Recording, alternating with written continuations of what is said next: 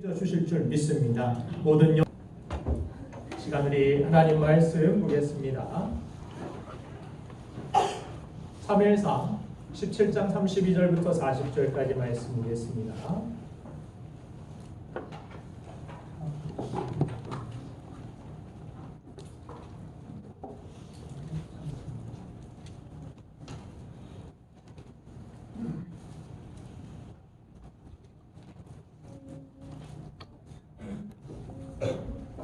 사무엘상 17장 32절부터 40절까지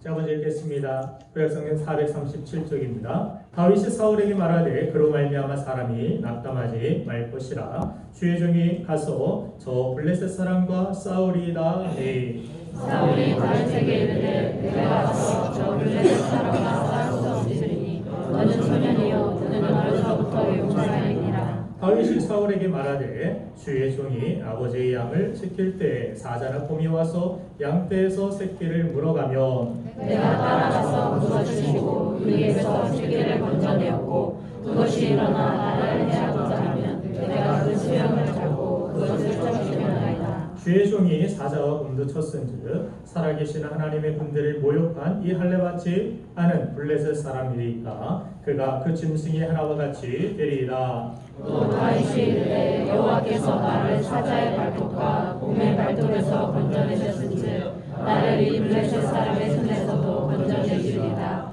사울이 다윗에게 이르되 가라 여호와께서 너와 함께 계시기를 원하노라. 이에 사울이 자기 군복을 다윗에게 입히고 노투브를 그의 머리에 씌우고 또 그에게 갑옷을 입히매 다윗이 칼을 군복 위에 차고는 익숙하지 못함으로 시험적으로 걸어오다가 사울에게 말하되 익숙하지 못하니 이것을 입고 가지 못하겠나이다 하고 곧 벗고 다같이 손에 막대기를 가지고 시내에서 매끄러운 돌 5섯을 몰아서 자기 목자에 재고 주머니에 넣고 손에 물배를 가지고 블레셋 사람에게로 나아가니라. 아멘. 아멘. 오늘은 사무엘상 17장 32절부터 40절 말씀을 통해서 골리앗 앞에 용기 있게 서는 법이라는 제목을 가지고 말씀을 증거하고자 합니다. 종교 개혁을 주도한 마틴 루터는 계속되는 신변의 위협과 역경 속에서 극도로 지쳐 있을 때가 있었습니다. 이런 어려움이 극에 달해서 루터가 용기를 상실하고 식음을 전폐한 채 누워 있을 때 부인이 상복을 입고 루터 앞에 나타납니다. 그러면서 묻습니다. 누가 죽었습니까? 라고 루터가 묻자 부인이 하나님이 죽었어요 라고 대답을 합니다. 어떻게 감히 그렇게 불경한 말을 합니까? 루터가 화를 내자 부인이 하나님이 살아계신다라면 당신이 이토록 좌절할 리가 없지 않습니까? 믿음 안에서 하나님이 살아계신다라면 당신이 이렇게 절망하고 있을 수 없지 않습니까? 라고 이야기를 합니다. 이 말에 루터는 용기를 얻고 살아계신 하나님을 의지하여 다시 종교개혁에 앞서 나아가는 모습이 있었다고 합니다. 또 이런 이야기가 있습니다. 한 악마가 은퇴를 하면서 자기가 사용했던 무기들을 다 내다 팔게 되었는데 그런데 그 중에서 유별나게 오래된 그러한 무기가 있었다고 합니다. 그것은 바로 실망이라는 무기였습니다. 일단 그것이 사람 속에 들어가면 어떤 사람이라도 쓰러뜨릴 수 있기 때문에 최고의 무기가 되었다라는 것입니다.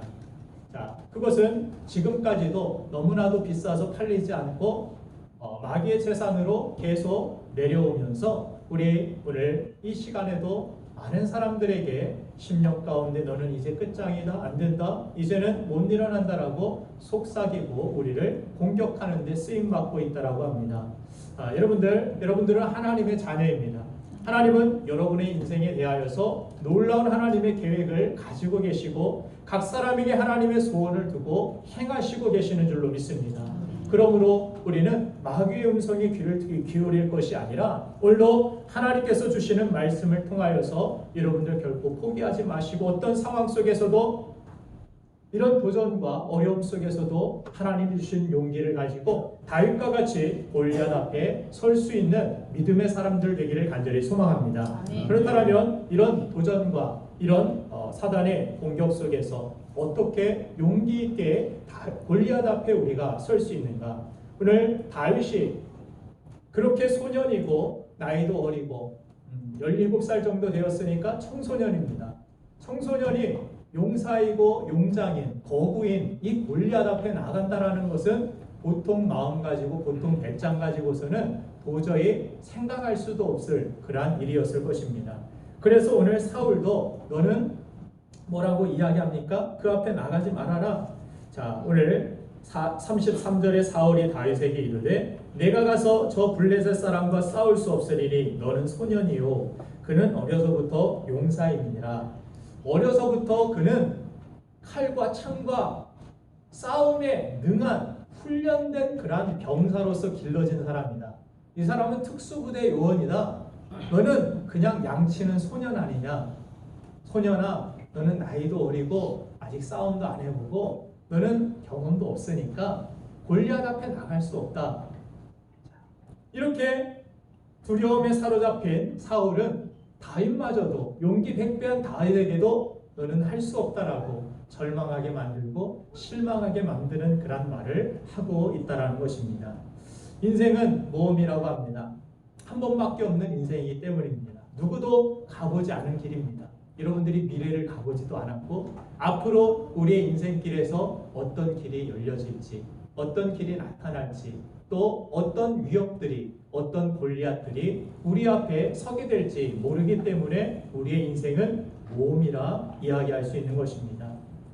늘 두려움에 직면하는 것이 그렇게 우리의 인생인데 이런 인생길의 모험을 수월하게 우리가 마치고 이런 인생길에서 두려움에 휩싸여서 절망 가운데 우리가 넘어지지 않기 위해서는 우리에게는 두려움을 이기는 용기가 필요하다는 것입니다. 진정한 용기라는 것은 오늘 다윗의 모습을 보면은 어떠할 때 나오느냐? 바로 하나님을 염두에 둔 그러한 해석에서부터 나오게 된다라는 사실을 우리는 깨닫게 됩니다. 진정한 용기라는 것은 하나님을 우리가 의지할 때 나옵니다. 믿습니까? 용기는 내가 용기를 가져야지 용기에 어떤 현수막을 만들어서 건다고 해서 용기가 저절로 생기는 것이 아닙니다.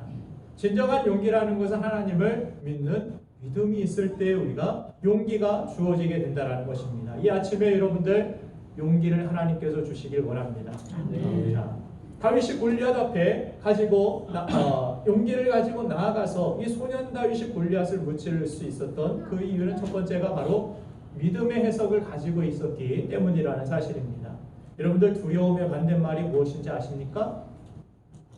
두려움의 반대말을 우리는 용기라 생각하지만 용기는 믿음의 결과로 주어진 것입니다.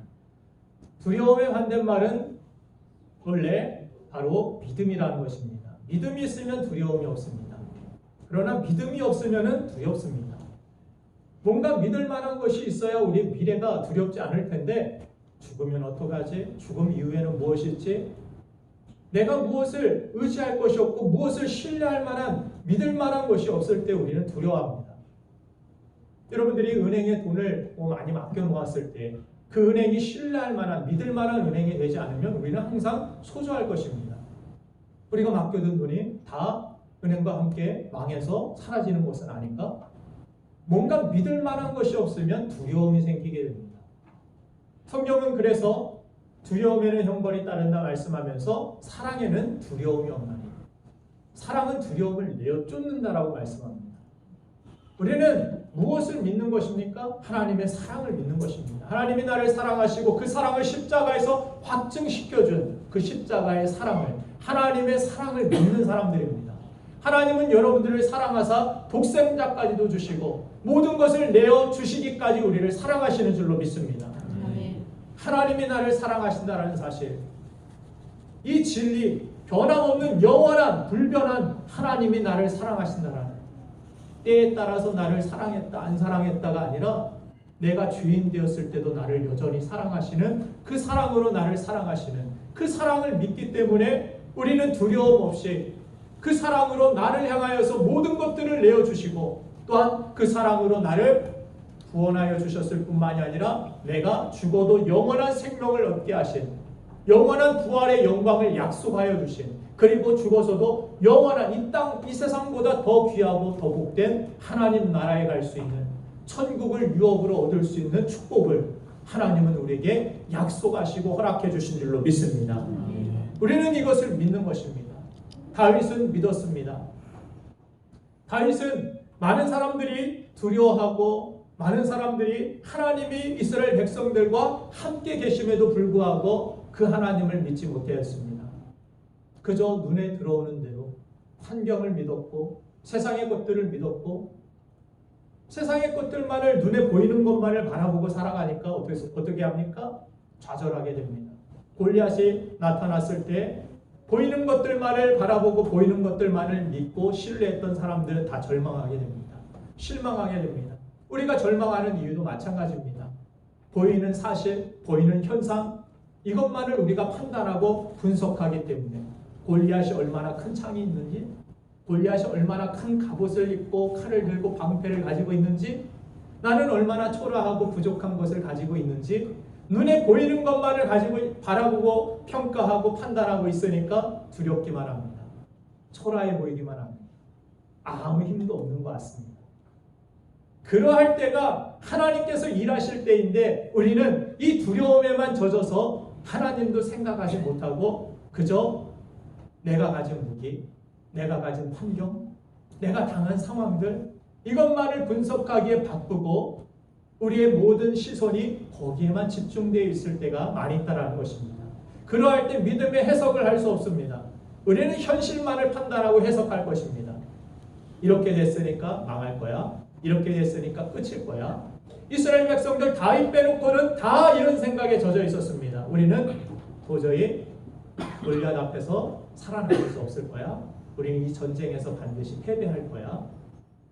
하나님이 여태까지 살아계셨던 그들과 함께 하셨던 하나님이 죽으셨습니까? 하나님이 사라지셨습니까? 그러나 그들의 시선은 눈에 보이는 것만을 바라봤고 이 모든 전쟁에서 그들이 승리했던 지금까지 모든 대적들과 싸워서 이 땅을 차지할 수 있었던 가나안 땅을 정복할 수 있었던 것은 하나님의 은혜였고 하나님의 도우심이었고 인도하심이었습니다. 그러나 현실만을 바라보고 세상을 살아가다 보니까 보이지 않는 하나님에 대하여서 의식하지 못하고 생각하지 못하고 하나님을 계산해 놓고 모든 환경 속에 모든 판단 속에서 하나님이 계시니까 내가 이렇게 부족하고 연약하지만 하나님께서 하나님을 내가 신뢰하고 믿음으로 나아간다면 하나님이 붙들어 주실 거야. 하나님이 이기게 하실 거야. 이런 믿음이 있어야 되고 이런 용기가 있어야 되는데 하나님을 계산에 넣지 아니하고 그냥 환경대로만 주어진 모든 칼과 창과 나에게는 막대기, 이 돌멩이밖에 없는데 이것 가지고 어떻게 골리앗 앞에 나가? 이런 생각만 하고 있으니까 절망합니다. 이스라엘 백성들 아무도 골리앗 앞에 서지 못합니다. 골리앗이 얼마나 하나님을 욕하고 저주함에도 불구하고 하나님 백성이라는 사람들이 욕하게 내버려 둬야지 힘이 없는데 우리가 뭘 하겠어? 이렇게 정말 불쌍해 보이는 이스라엘 백성들의 모습, 사울 왕마저도 그런 패배의식에 젖어서 소년 다윗이 나간다고 하니까 너 나갈 수 없어. 너 할 수 없어. 여러분들 할 수만 있으면 우리 믿음의 사람들의 용기를 주는 사람, 희망을 주는 사람이 되기를 간절히 소망합니다. 믿음의 사람들은 그렇게 용기를 주는 사람이 되어야 됩니다. 절망이 있는 곳에 희망을 주고 복음을 전하고, 복음이 무엇입니까? 죄인에게는 구원이 없고 죄인은 절망할 수밖에 없고 심판받을 저주의 그러한 대상이 될 수밖에 없지만 복음은 무엇입니까? 하나님이 주신 복음, 예수 그리스도, 그 죄가 사함을 받을 수 있고 우리가 그 절망에서 저주에서 해함을 받을 수 있고 우리가 그 죄 사함을 받고 하나님의 은혜 안에서 구원받을 수 있다는 사실, 새로운 인생을 살아갈 수 있다는 사실, 영원한 하나님의 백성이 되고 하나님의 자녀로 살아갈 수 있는 축복이 있다는 사실, 이것이 복음 아닙니까? 우리 복음을 믿습니다. 복음을 믿는 사람들은 어떻게 살아야 됩니까? 사람들에게도 용기를 주고 복음을 전하는 인생을 살아야 됩니다. 다 안 돼. 끝났어. 한국, 대한민국 뭐 끝났어. 우리 회사는 끝났어. 우리 가정은 끝났어. 우리 자녀들은 뭐 아무것도 할 수 없을 거야. 사울과 같이 그런 이야기를 하진 않습니까? 우리 교회는 소망이 없어. 세상은 어두워가니까 절망뿐이야. 매일 이런 판단을 하나님이 하시는 것입니다. 우리가 해야 할 일은 판단이 아니라 무엇입니까? 믿음의 용기를 가지는 것입니다. 네.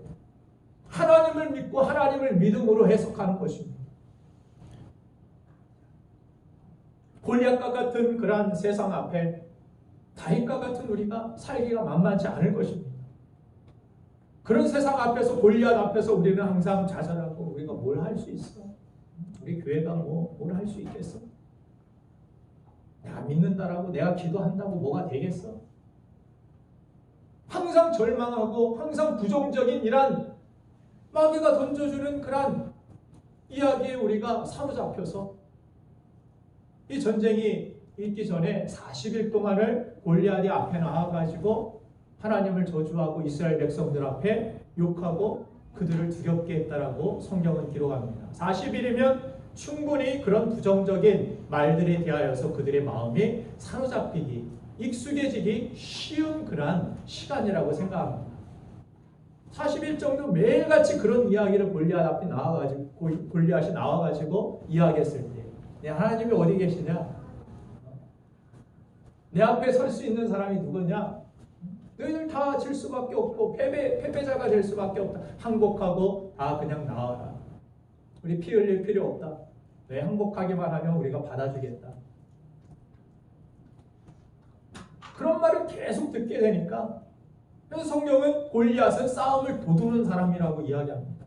어떻게 보면 실제 막 싸우는 사람보다는 큰 어떤 사람을 위협할 만한 그런 몸체와 그런 말들과 그런데 익숙해 있는 싸움보다 어떻게 보면 이 사람은 싸움을 북돋우는 용기를 막 북돋우는 자기 편에서 그리고 상대편에게는 그 용기를 다 빼앗아 버리는 사람 절망과 실망감을 계속해서 심어주는 사람이 바로 골리앗이라는 것입니다. 골리앗은 그냥 덩치만 큰 것이 아니라 골리앗의 목적은 골리앗이 앞에 서는 이유는 40일 동안 계속해서 이야기하는 이유는 그가 좋은 설교를 하기 위한 것이 아니라 그들에게 용기를 다 뺏어가서 싸워보기도 전에 다 패배의식에 젖어 있게 만드는 것 그것이 골리앗이 하는 가장 중요한 임무였다라는 사실입니다. 우리도 마찬가지입니다. 세상에 여러 가지 부정적인 말들이 들려옵니다. 개인적으로나 나라 전체적으로나 교단 전체적으로 교회적으로나 여러 가지 세상 속에서 부정적인 말들을 우리가 자꾸 듣게 될 때 우리는 부정적인 의식, 실패의식, 패배의식에 젖어 살아갈 때가 많이 있다는 사실입니다. 오늘 하나님께서는 우리가 그 부정적인 그 마음과 패배의식을 깨트리고 믿음의 용기를 가지고 믿음의 해석을 하는 사람이 되라고 오늘 이 말씀을 우리에게 허락하여 주신 줄로 저는 믿습니다. 우리도 세상의 평가와 잣대로 내가 가진 능력과 환경을 평가하면서 별로 가진 것이 없으면 우울해지고 의기소침해지고 하나님이 없는 것처럼 세상을 살아가고 있지 않습니까? 마치 하나님이 함께 하시는 이스라엘 군사들처럼 하나님이 계심에도 불구하고 하나님을 의식하지 못한 채 하나님을 생각하지 못한 채 신뢰하지 못한 채 믿음의 해석이 아니라 보여지는 것에 대한 해석만을 가지고 우리가 세상을 살고 있지는 않습니까?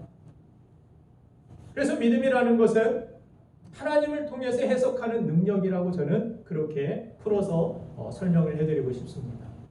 믿음이라는 것은 하나님을 통해서 모든 것을 해석하는 것입니다. 오늘 본문의 다윗이 모든 상황을 상황 자체로만 해석하지 않고 하나님을 계산해 두고 해석하면서 그 해석 가운데 뭐라고 이야기를 합니까? 다윗이 오히려 32절에 다윗이 사울에게 말하되 그로 말미암아 사람이 낙담하지 말 것이라.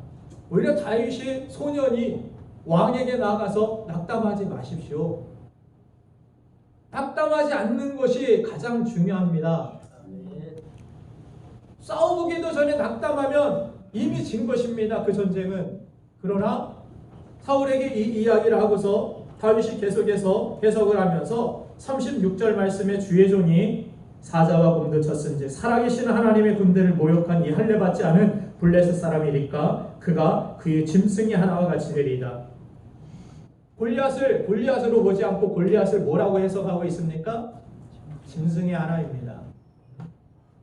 내가 예전에 많이 수도 없이 때려잡았던 그 짐승 중에 한 마리입니다. 이런 해석이 믿음의 해석이라고 성경은 우리에게 가르쳐주면서 10명의 정탐꾼의 그 해석이 가나안 정탐을 하고 나서 부정적인 해석을 하는 모습을 성경은 비춰줍니다. 여호수아와 갈렙 두 사람만 긍정적인 그러한 믿음의 해석을 하는 모습을 봅니다. 왜 10사람은 부정적인 해석을 하고 부정적인 우리는 그들 앞에 메뚜기와 같습니다. 우리는 죽었습니다. 이제 그 땅 차지할 수 없습니다. 그 땅은 우리를 삼키는 땅입니다. 악평했다라고 성경은 말씀합니다. 하나님이 주시기로 약속한 땅인데 거룩한 축복의 땅이라고 하나님 말씀하심에도 악평하고 그들은 그렇게 부정적인 말들을 사람들에게 전함으로 사람들이 막 요동했죠. 우리는 부정적인 말에 더 큰 영향을 받는 것 같습니다. 주변에서 여러분들 부정적인 말을 하는 사람들과 오래 대화하다 보면 어떻게 됩니까? 나도 모르게 부정적인 사람이 되어버립니다. 가까이 누구와 요즘 많이 교제하고 어떤 말들을 우리가 많이 하고 많이 듣느냐에 따라서 여러분들의 어떻게 보면 신앙의 색깔들도 여러분들의 삶 자체도 미래도 달라질 수밖에 없는 것입니다. 그러면 여러분들은 믿음의 말을 잘 들어야 되고 그렇죠? 하나님의 말씀을 자주 들으셔야 되고 하나님의 음성을 구해야 되고 하나님의 음성을 들으셔야 됩니다. 있습니까? 그래서 말씀과 기도로서 우리가 승리해야 된다라고 성경은 우리에게 자주 가르쳐주고 강조해주는 것입니다. 듣는 것에 따라서 믿음은 들음에서 난다라고 성경은 말씀합니다. 부정적인 믿음도 믿음입니다. 우리는 안 돼. 믿는 거예요. 실패할 걸 확실히 믿는 것입니다. 우리가 반드시 죽을 것을 믿는 것 그것도 믿음입니다. 우리는 끝장이야. 부정적인 믿음이에요. 하나님이 원하시는 것은 이러한 부정적인 믿음이 아니라 긍정적인 믿음입니다. 하나님이 하시면 됩니다. 하나님이 함께 하시면 우리는 이길 수 있습니다. 저 땅은 하나님이 약속하신 땅은 하나님이 우리와 함께 하시기 때문에 우리는 가나안 백성들 그 백성들은 네피림의 후손들과 같다라고 이야기하며 장대하고 힘이 세고 골리앗과 같은 사람 투성이인 것이 가나안 땅의 거민들이었습니다. 그러나 하나님이 함께 하실 때 그들은 능히 그 땅을 정복했고 승리했습니다. 그런데 그 땅을 결국 차지하고 들어갔던 사람은 긍정적인 믿음을 가졌던 하나님을 두고 해석했던 여호수아 갈렙만 1세대에서 그 땅을 밟고 차지했음을 성경은 말씀합니다. 결국에 하나님이 주신 약속과 승리를 누리고 맛보는 사람들은 어떤 사람이냐? 바로 하나님을 두고 해석했던 용기의 믿음을 가지고 나아갔던 믿음의 사람들만이 그 땅과 하나님의 살아계심을 체험하는 축복을 누리게 되었다는 것입니다. 이스라엘 백성들 다 하나님을 믿었습니다. 그 군사들 지금 넉넉고 바라보고 패배의식에 젖었던 사람도 하나님을 믿는 사람이었습니다. 그러나 그 안에 진정 하나님을 신뢰하지 못하고 하나님을 믿지 못하고 있었기 때문에 하나님의 백성으로 유대인으로 살기는 살았지만 그들은 패배자였고 그들은 살아계신 하나님을 경험하지 못하고 있었음을 성경은 보여줍니다. 내가 교회를 다니긴 다니는데 내가 신앙생활을 오래 한 것 같은데 하나님이 계신 것 같지 않고 하나님의 나를 인도하시지 않는 것 같은 그런 생각 속에 그런 삶 속에 우리가 살아가고 있다라면 여러분들 마음을 다시 점검해 보시고 마음을 새롭게 하시길 간절히 바랍니다. 물론 나의 믿음이 정말 부정적인 믿음이 있지는 않는지 내가 하나님을 두고 모든 상황들을 해석하고 있는지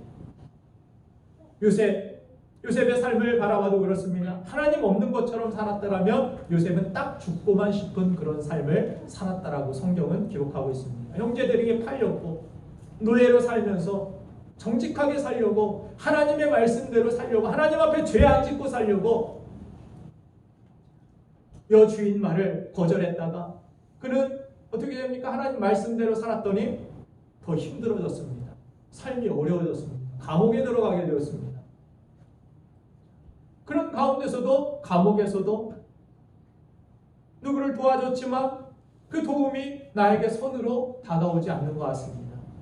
2년이 지나고 세월이 흘러도 내가 착하게 살아도 열심히 살아도 소용없겠구나 하는, 하나님이 나에게 꿈을 주셨는데, 비전을 주셨는데 나는 하나님의 사람이라는 사실이 분명한데 나는 그것을 믿는데 내 형편은, 내 환경은, 지금 주어진 내 삶에 놓여진 이런 상황들은 골리앗이 오히려 욕하고 있고 골리앗이 오히려 승승장구하고 있는 것 같고, 하나님의 사람들은 거기에 짓눌러서 패배의식 가운데 빠져있는, 딱 죽고만 싶은 그런 삶을 요셉이 살았다라는 것입니다. 그러나 그는 왕 앞에서든 주인 앞에서든 감옥 동료에게든 누구에게든지 말마다 하나님이 하실 것입니다. 하나님의 꿈을 해석하실 것입니다. 이 주인의 유혹 가운데서 나는 하나님 앞에 죄를 지을 수 없습니다. 그는 항상 하나님을 의식하고 하나님 앞에 내가 서 있습니다. 코람데오, 하나님 앞에 내가 서 있습니다라는 그런 의식을 가지고서 요셉이 살았음을, 그래서 모든 해석을 하나님을 염두에 두고 하나님을 통하여서 해석하는 요셉의 모습을 보게 됩니다. 요한일서 5장 4절부터 5절 말씀은 하나님께로서 난 자마다 세상을 이기느니라 이렇게 말씀합니다. 하나님께로서 난 자마다 세상을 이기게 된다라고 말씀하면서, 하나님께로서 난 자는 누굽니까? 하나님께로 거듭난 사람들, 거듭났다라, 하나님으로부터 났다. 무슨 이야기입니까? 어떻게 날 수 있습니까? 믿음이라는 것이 모든 가능성을 하나님께 두는 것이 믿음입니다. 하나님께로 난 자라는 사실은 무엇입니까? 천국 갈 가능성이 죄인인 내 자신에게 있지 않고 오직 거룩하시고 죄 없으신 예수님께 있음을 믿는 믿음이 구원받을 믿음이고, 하나님께로서 난 자들의 믿음이라고 성경은 이야기하는 것입니다. 하나님께로서 낳기 위해서 내가 어떻게 보면 다시 들어가고 뭘 행동을 하고 이것으로 하나님께 우리가 다시 나는 것이 아니라, 나에게 가망 없습니다. 하나님, 나는 죄인입니다. 나는 부족합니다. 연약합니다. 그런 자들이 어떻게 합니까? 하나님의 은혜를 구합니다. 나는 하나님 은혜밖에 없습니다. 오늘 성가대가 찬양했듯이 은혜 아니면 나는 설 수 없습니다. 그러할 때 주님은 우리 안에 거하시고, 또한 나는 주님 안에 거하는 in Christ, 주님 안에 거하는 삶, 예수 그리스도 안에서 거듭난 삶, 하나님 안에 있는 자의 삶을 우리가 살아가게 된다는 사실입니다. 여러분들 하나님 밖에 있지 마시고 안에 거하시길 바랍니다. 하나님 보호 아래 살아가시길 간절히 바랍니다. 하나님 은혜 안에 살아가길 바랍니다. 그래서 구원받을 믿음이 나에게 있지 않고 나의 행위에 있지 아니하고 하나님께 있음을 믿는 믿음. 여러분들, 나의 구원이 나를 사랑하사 나 대신 죄 없으신 예수님이 십자가에서 죽으시고 피 흘리심에 있음을 믿으십니까? 네. 믿으시면 구원받습니다. 네. 나의 공로로 할 수 없습니다. 나는 천국 갈 수 없는 죄인입니다. 그러나 주님이 하셨습니다. 모든 가능성이 하나님께 있음을 믿는 것이 거듭난 구원받은 자들의 믿음임을 성경은 말씀합니다. 우리 항상 이러한 믿음을 가지고 살아야 됩니다. 그러나 오늘 이스라엘 백성들 다윗 빼놓고는 다 뭐합니까? 모든 가능성이 하나님께 있습니다라고 고백하지 아니하고 무기에 있습니다. 체력에 있습니다. 덩치에 있습니다. 힘에 있습니다. 세상 환경에 있습니다. 가진 것에 있습니다. 세상의 논리, 세상의 평가, 세상의 방법, 이것 가지고서 우리 자신을 평가하고 우리 자신 스스로 우리는 아무것도 할 수 없다라고 그런 패배의식, 패배의 말들을, 부정적인 말들을 하는 그러한 입술이 되어버릴 때가 있다는 사실입니다. 우리 교회는 작아서 뭘 못합니다. 우리 교회는 뭐가 소망이 없습니다. 제 자신도 뭔가 할 수 없을 때 안 될 것 같습니다. 못할 것 같습니다. 그럴 때마다 우리에게 하나님께서는 용기를 주십니다. 말씀을 통해서 용기를 주십니다. 하나님이 하시면 할 수 있습니다. 이 믿음을 우리에게 허락하여 주시고, 이 믿음이 선물이고, 이 믿음이 축복이고, 이 믿음이 세상을 이기는 줄로 믿습니다. 아멘. 그래서 사람들은 골리앗을 이기기에는 너무 큰 상대다, 이렇게 생각을 했지만 다윗은 담대하게 나아가서 용기를 가지고 하나님을 염두에 두고 믿음의 해석을 하고 나아가니까 골리앗은 그냥 짐승이 하나입니다. 그리고 사람들은 상대하기에 너무 큰 골리앗이라고 했지만 골리앗은 물맷돌이 비껴나가기엔 너무 큰 대상이라고 그렇게 해석을 했을 것입니다. 이건 눈 감고 던져도 맞을 만한 덩치 아니냐, 곰보다도 더 큰 그런 머리, 그런 큰 관여, 한쪽 눈 감고도 맞추겠다. 너무 커서 싸워서 이기기 힘든 대상이 아니라 너무 커서 맞춰서 넘어뜨리기에 적당한 그런 대상. 하나님을 믿고 믿음의 해석을 가지고 나아갈 때 우리의 삶의 모습들도 달라지고 우리의 결과도 달라지게 되는 것입니다. 어렵게 보이는 문제도 실제로 부딪혀 보면 의외로 쉬울 수 있다는 점을 여러분들 잊지 마시기 바랍니다. 내 앞길에 있는 그런 돌이 걸림돌이 될 수도 있지만 해석에 따라서 여러분들 디딤돌이 될 수도 있습니다. 다윗은 이 골리앗을 넘어뜨림으로 말미암아 사람들에게 다윗은 만만이요 사울은 천천히라는 그런 사람들의 인정을 받게 됩니다. 왕으로도 손색이 없는 사람입니다라는 인정을 골리앗을 넘어뜨리는 이 계기를 통하여서, 골리앗은 이스라엘 백성들에게 또한 다윗 개인에게도 위협이 되었고 걸림돌이 될 수도 있었지만 이 걸림돌이 바로 디딤돌이 되어 다윗이 위대한 왕으로 나아가는, 사람들에게 인정받는 그러한 계기가 된 줄로 압니다. 여러분들 믿음의 사람이 되기를 원합니다. 용기를 북돋는 사람이 되기를 원합니다.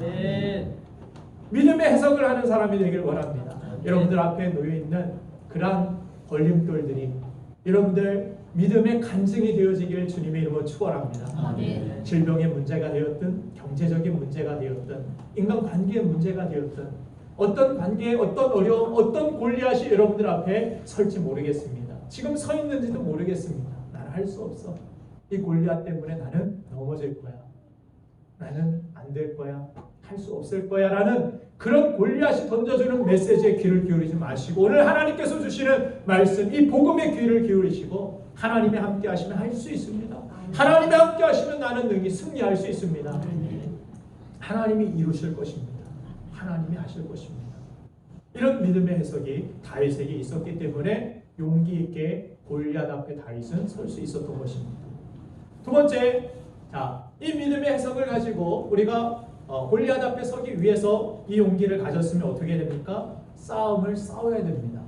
믿음의 싸움을 싸우시길 바랍니다. 2m 70이나 되는 이 거구 골리앗의 이 도발에 다들 주눅이 들어있을 때 오직 다윗만 물맷돌 5개를 가지고 골리앗 앞에 서겠습니다.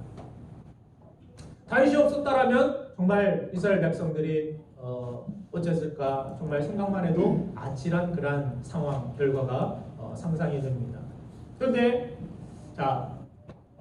이 앞에 아무도 설 수 없었던 이들이 다윗도 자기의 형편, 자기 상황만을 바라봤다라면 설 수 없었지만 믿음의 해석을 가지고 용기를 가지고 그냥 짐승이 하나와 같이 생각하고 나아갈 수 있었던 이유는 그가 믿음의 싸움에 경험들이 있었음을 다윗의 고백을 통하여 우리는 살펴볼 수 있습니다.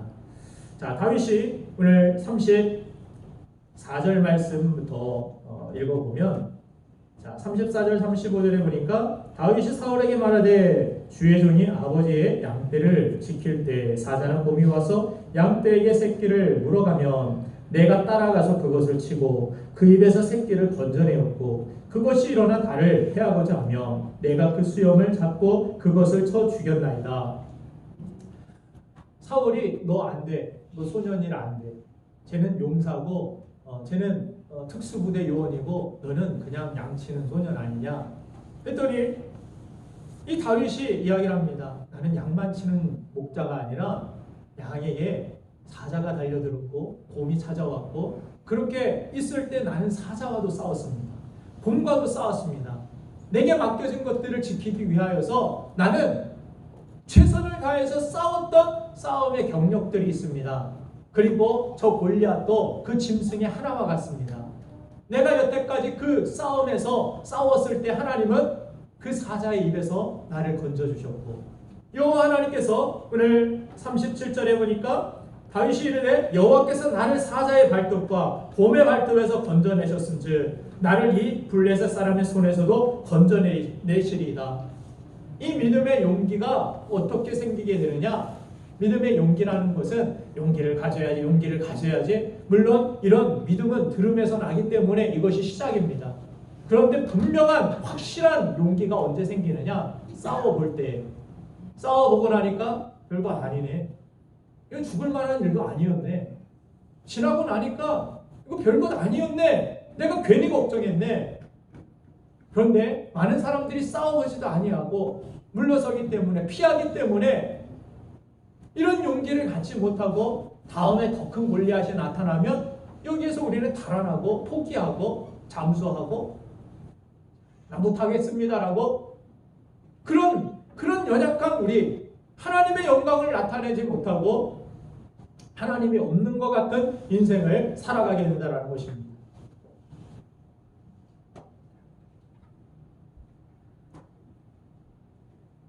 이 용기를 가진 사람이 된다는 것은 두려움을 느끼지 않는다는 말이 아니고 진정한 용기는 달아나지 아니하고 나의 두려움과 나의 연약함을 인정하면서 하나님이 나와 함께 하심을 믿고 어떻게 합니까? 모든 도전과 모든 싸움들 이런 싸움들 가운데서 할 수 없는 그런 상황들 가운데서 하나님을 힘입어서 해보는 것 그것이 싸움입니다. 여러분들 믿음의 싸움을 싸우시길 간절히 바랍니다. 성경은 믿음의 싸움에서 물러서지 말라라고 말씀합니다.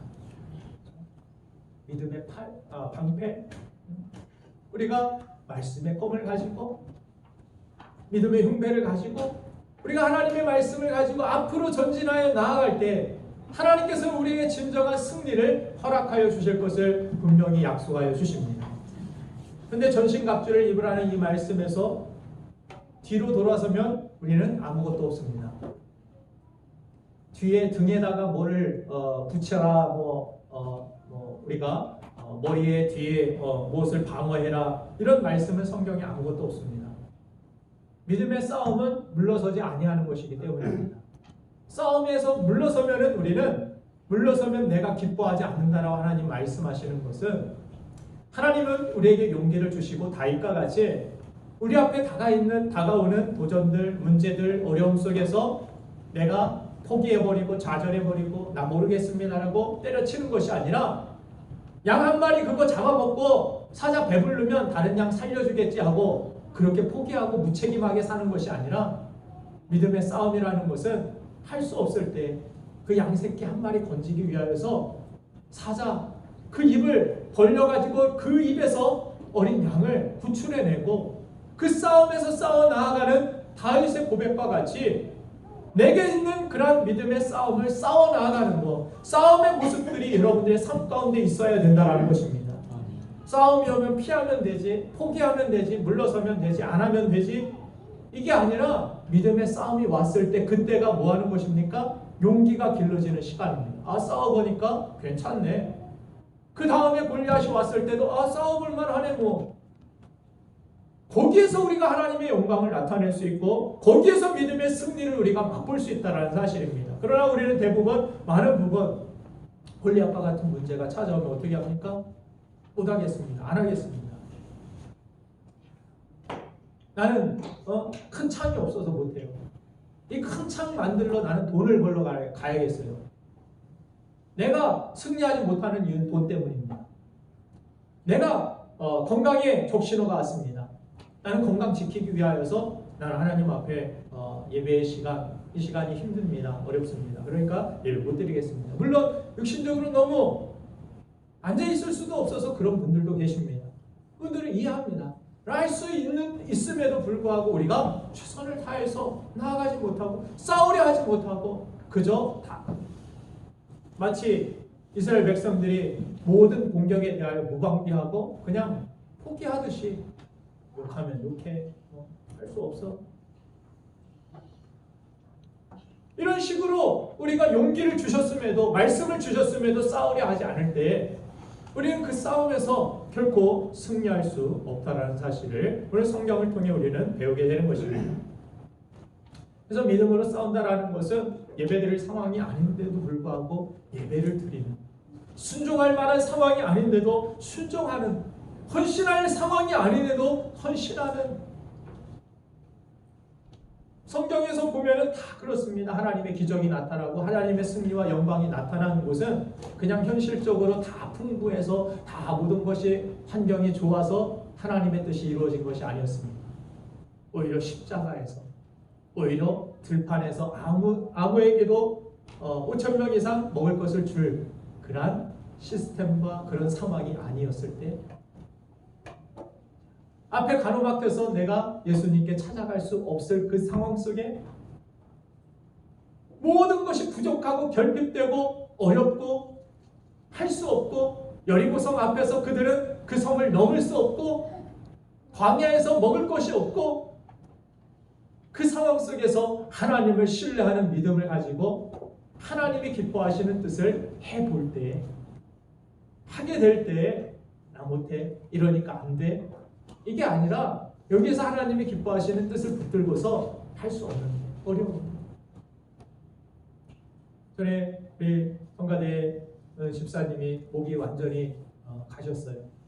풍대 결절까지 오고 그런 가운데서도 최선을 다해서 하나님을 찬양하고 하나님께 영광을 돌리기 위해서 나아가는 애쓰는, 저 상황이면 쉬어야 되는데 저 상황이면 못하는데, 그렇다고 맨날 성대 결절 생기면 맨날 그냥 막 피토하면서 찬양을 드려라 이런 이야기를 하는 것은 아닙니다. 그러나 때로 싸워가야 된다는 거예요. 이 상황이 오면 그냥 물러서기만 하고 피할 생각만 하는 것이 아니라 어떻게 하면은 이 상황 속에서 내가 최선을 다해 순종할 수 있을까? 최선을 다해 내가 어떻게 하면은 이 상황 속에서 하나님의 이름을 높일 수 있을까? 다윗은 이 상황 속에서 하나님의 이름이 땅에 떨어지고 욕보이고 그 상황 속에서 나는 작지만 부족하지만 내가 가진 거 작지만 이 물맷돌 가지고 하나님의 이름을 위하여서 내가 해보겠습니다. 나 죽을지도 모릅니다. 골리앗 앞에서. 그러나 나를 그 사자의 발톱에서, 곰의 발톱에서 건져내신 하나님이 함께 계심을 내가 믿고 나아보겠습니다. 해보겠습니다. 그런 가운데 더 좋은 결과를, 더 좋은 건강을, 더 좋은 상황들을 하나님께서 여러분들에게 허락해 주시는 것, 이것이 믿음의 싸움의 승리라는 것입니다. 많은 사람들이 믿는다 하지만 이스라엘 백성들, 많은 군사들처럼 그냥 싸우려고 하지 않습니다. 피하는 데 급급합니다. 방어한다고는 하지만 내가 관리하고 내가 아끼고 내가 그렇게 내가 지킨다라고 하지만 그러나 그것이 지켜지지 않습니다. 이스라엘 그렇게 다윗이 없었다라면 아마도 그들은 그들의 노예가 되었을 것이고 지켜지는 것이 아니라 오히려 수많은 것들을, 더 많은 것들을 빼앗겼을 것이고 그들은 쓰라린 그런 아픔을 경험했을 것입니다. 그러나 믿음의 용기를 가진 이 한 사람이 있었을 때 이스라엘 백성들에게 다시 하나님의 영광이, 하나님의 승리가 그들 가운데 있었음을 오늘 성경을 통해 보게 됩니다. 여러분들 마찬가지입니다. 모든 공동체 안에서도, 가정 안에서도 우리 가정이 소망이 없는 것 같고 힘들고 어렵고 그런 상황들이 다가올 때도 있지만 그런 상황 속에서 여러분들은 믿음의 말을 하는 사람들이 되길 원합니다. 우리 함께 기도하자. 자녀들하고 우리 함께 기도하자. 당신 나와 함께 같이 기도해달라고. 하나님이 함께 하시면 할 수 있다라고. 우리가 믿는 하나님은 우리를 사랑하신다라고. 우리를 구원해 주신 하나님께서는 우리를 붙들어 주신다라고. 우리를 회복하길 원하신다라고. 이런 믿음의 말을 하는 사람이 되기를 간절히 바랍니다. 그런 다윗과 같은 사람이 있어야 됩니다. 이 교회 안에서도 마찬가지입니다. 전도하면 안 돼. 요즘은 뭐가 안 돼. 맨날 안 돼 하는 사람, 안 되는 사람 되지 마시고 10명의 정탐꾼과 같이 부정적인 이야기하는 사람 되지 마시고, 목사님도 부족해 보이는데, 교회도 연약해 보이는데, 그럼에도 하나님이 계신다라는 사실, 그 한 가지 사실만으로도 우리 교회는 가능성이 있는 줄로 믿습니다. 여러분들의 인생 개인도 마찬가지입니다. 내가 이것도 없지만, 부족하지만, 저것도 없고, 저 사람이 가진 어떤 재능도 없지만 나와 함께 하시는 하나님, 내가 비록 연약하지만 소년과 같은 다윗이지만 내가 가진 것 돌멩이 몇 개뿐이지만, 그러나 하나님이 일하시면 이 돌멩이, 작은 돌멩이 가지고도 큰 산과 같은 골리앗을 넘어뜨릴 수 있다라는 이 믿음이 우리에게 있어야 될 줄로 믿습니다. 아멘. 이 믿음 가지고 싸우는 거예요. 다치지 않겠습니다. 하나님이 함께 계시는, 물러설 수 없습니다. 이런 싸움을 우리가 잘 싸우기 위해서 팁으로 여러분들에게 한 가지 더 말씀을 드리자면, 여러분들 하나님의 말씀이 날마다 우리의 마음에, 우리의 생각 속에 떠오를 수 있도록 훈련되어지기를 간절히 바랍니다. 다윗이 아무 연습 없이, 아무 싸움 없이 나가지 않았습니다. 오늘 성경은 신약시대의 싸움이 우리 눈앞에 보이는 막 골리앗 때려잡고 이런 싸움이 아니라, 혈과 육에 있는 것이 아니라 공중 권세를 잡은 마귀와의 싸움이다. 영적인 싸움이다. 너희 마음과 생각을 항상 노리고 점령하려는 마귀로부터 너희 마음을 지켜야 된다. 생명의 근원이 여기에서 난다. 그래서 우리 마음이 부정적이지 아니하고 늘 긍정적이고, 하나님으로 인하여 밝고, 다른 사람들에 대하여서도 긍정적으로 이야기하고, 이런 사람들이 되기를 하나님은 원하십니다. 그러기 위해서는 내 의지로 이것이 되는 것이 아닙니다.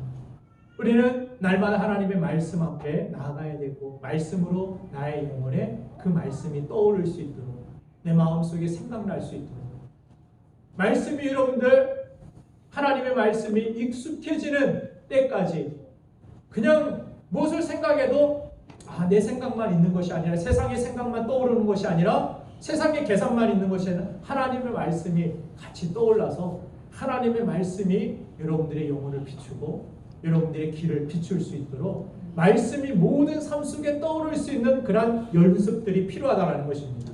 우리의 싸움은 그래서 말씀으로 싸우고 기도로 싸우는 영적인 싸움입니다. 그냥 여러분들 어디 가서 돌멩이 던지는 그런 훈련을 하라는 것이 아니에요. 어디 어떤 상황을 맞닥뜨려도 말씀이 막 떠오르고, 어떤 상황 속에서 기도가 저절로 나오는, 그것이 익숙한 그리스도인이 되기를 간절히 바랍니다. 아멘. 다윗은 익숙한 자기에게 있는 무기를 가지고 싸웠습니다. 세상에 있는 싸움, 세상에 있는 무기 구하러 찾아다닌 것이 아니라, 무기도 사울왕이 주었죠. 자기 막 갑옷 벗어 입혀주고 칼도 채워주고 이거라도 가지고 가서 싸우라고. 그랬더니 뭐라고 이야기합니까? 39절 말씀을, 본문 말씀 다시 보면은 38절 39절 같이 읽겠습니다. 시작. 이에 사울이 자기 군복을 다윗에게 입히고 노트구를 그의 머리에 씌우고 또 그에게 갑옷을 입히되, 다윗이 칼을 문복 위에 차고는 익숙하지 못하므로 시험적으로 걸어오다가 사울에게 말하되, 익숙하지 못하니 이것을 입고 가지 못하겠느냐 하고 곧 벗고. 익숙한 것을 가지고서 싸울 수 있어야 됩니다. 여러분들 말씀이 익숙해져야 됩니다. 기도가 익숙해져야 됩니다. 그때까지 계속해서 다윗은 뭐 했을까요? 그 싸움에서 훈련했겠죠. 사자가 던졌는데 한 방에 쓰러지지 않았습니다. 그래서 위협이 있었습니다. 양들이 다칠 때도 있었습니다. 그 다음에 다윗은 아마도 계속해서 뭔가를 세워놓고 그거 맞추기 위해서, 한 방에 쓰러뜨리기 위해서 열심히 물맷돌을 연습했을 것입니다. 얼마나 익숙하게 연습을 많이 했던지 48절 말씀을 보면은 읽지 않았지만 제가 읽어드리겠습니다. 블레셋 사람이 일어나 다윗에게로 마주 가까이 올 때 다윗이 블레셋 사람을 향하여 빨리 달리며, 다윗이 그냥 이렇게 양궁 선수처럼 관역을 이렇게 오랫동안 15초 내려놓고 흔들리면 또 이렇게 관역이 맞을 때까지, 이게 아니라 다윗은 달리면서, 빠르게 달리면서 매우 빨랐다라고 성경은 그의 속도까지 기록하고 있습니다. 이 이야기가 뭡니까? 왜 그의 속도까지 성경에 지면이 채우기 위해서 말을 늘려서 다윗이 빠르게 막 달려가면서 돌 던졌다? 아닙니다. 다윗은 그렇게까지 그가 익숙했던 그런 무기를 가지고서 흔들림 없이 달려도 흔들림 없이 맞출 정도로 다윗은 연습했고 싸웠다는 것입니다. 여러분들 어떤 큰 위협이 왔을 때 우리 마음이 와르르 무너져 내리면 기도가 잘 안 나올 때가 있어요. 마치 골리앗 앞에 선 이스라엘 군사들과 같이 아무것도 하기 싫고 그냥 다 넉놓고 싶고 포기하고 싶고 더 이상 못할 것 같은 그러한 패배의식에 젖어서 기도조차도 안 나올 때가 있어요. 그때도 기도가 나올 수 있도록 다윗과 같이 그때에도 빠르게 달리면서 물맷돌을 던질 수 있을 정도로 기도가 나와야 됩니다. 중고등부 예배 때 이 말씀을 전하면서 제가 성경 한 절을 이렇게 폈었어요. 이 정도 피면은 신약의 어느 정도다 해서 저번에 이야기를 했는데 지금 틀렸어요. 골로새전서 하는데 고린도후서였는데 저번에 딱 맞췄더니 아이들이 깜짝 놀라더라고요. 자, 우리가 하나님 말씀도 마찬가지고 성경도 계속해서 익숙하게 보다 보면 여러분들 잘 찾게 돼요. 제가 왜 중고등부 때 그런 이야기를 했냐면 성경 몇 장 찾자니까 성경 찾는데 한 5분 이상 막 걸리는 것 같아요. 막 뒤적뒤적 하면서 여기 있나 저기 있나 이게 말씀에 익숙하지 못하고 성경을 가까이 하지 못하다 보니까 어디 있는지 이게 구약인지 신약인지 잘 모르고 그럴 때가 많이 있어요. 우리가 하나님이 주신 무기들에 대하여서 이것에 대하여 다루는 것이 사용하는 것이 익숙하지 못한다는 거예요. 하나님 말씀과 기도로 싸워서 승리하라고 우리에게 기도의 축복과 하나님의 말씀의 능력을 우리에게 허락하여 주셨는데 이것이 익숙하지 못한다면 하나님의 백성들은 싸워서 뭔가 이길 수 있는 기회, 방법이, 도구가 없다라는 것입니다. 하나님은 우리가 이길 수 있는 능력을, 이길 수 있는 도구로 기도를 주셨고 말씀을 주셨습니다. 여러분들 기도를 습관화하시고 이것이 익숙해질 때까지 여러분들 계속해서 믿음의 싸움을 싸우시길 바랍니다. 안 나와도 하세요. 억지로라도 하세요. 기도로 승리하시길 바랍니다. 하나님의 말씀을 듣기 싫어도 들으세요. 보기 싫어도 읽으세요. 묵상하세요. 훈련은 하고 싶을 때만 해서는 안 됩니다. 올림픽 선수들이 하고 싶을 때만 훈련하고 오늘은 컨디션 안 좋으니까 오늘은 좀 힘드니까 쉬겠어? 그래서는 결단코 어떤 대회에서 그들이 좋은 결과와 승리를 이룰 수 없습니다. 하기 싫어도 해야 됩니다. 말씀과 기도로 여러분들이 전부하여 하나님의 뜻을 이루는 거룩한 삶, 용기 있게 하나님의 영광을 나타내는 주의 백성 되기를 주님의 이름으로 축원드립니다. 이 시간 함께 잠시 기도하겠습니다. 우리가 하나님 주신 이 말씀을